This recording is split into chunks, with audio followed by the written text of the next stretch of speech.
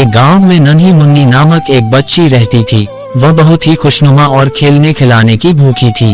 उसकी माँ ने उसे हमेशा यही सिखाती रहती थी कि ईमानदार रहो और हमेशा सही कार्य करो।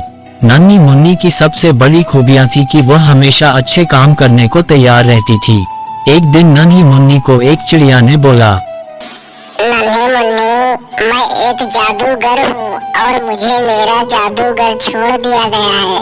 क्या तुम मेरी मदद कर सकती हो?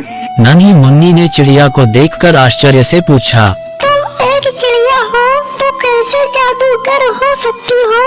चिड़िया ने हंसते हुए जवाब दिया, हे बच्चे, जादूगर के द्वारा मैं अपनी शक्तियों को छुपा सकती हूँ और इसलिए जादूगर के रूप में मैं लोगों के सामने नहीं आती हूँ। उसके बाद नन्ही मुन्नी ने चिड़िया की मदद करने का निर्णय किया और उसे अपने साथ ले जाने के लिए तैयार हो गई।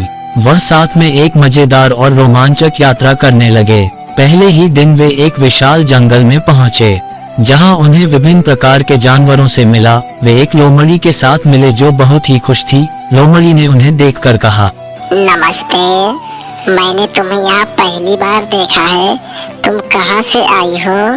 हम एक चिड़िया के साथ आए हैं और हम उसकी मदद कर रहे हैं। लोमड़ी ने चिड़िया को ध्यान से सुना और उसे अपने साथ और बड़े वन में जाने का सुझाव दिया।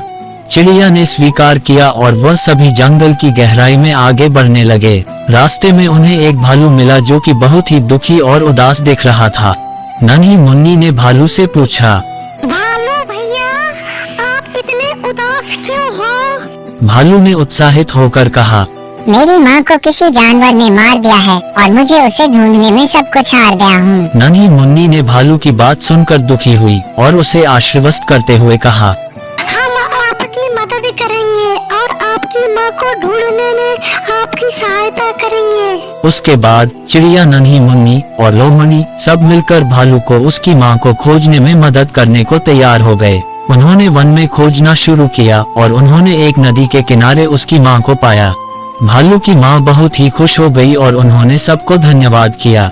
इस यात्रा में नन्ही मुन्नी न केवल अपनी साहसिकता और दयालुता का परिचय दिया, बल्कि उसने बच्चों को ये सिखाया कि किसी की मदद करना और उन्हें सहायता प्रदान करना कितना महत्वपूर्ण होता है।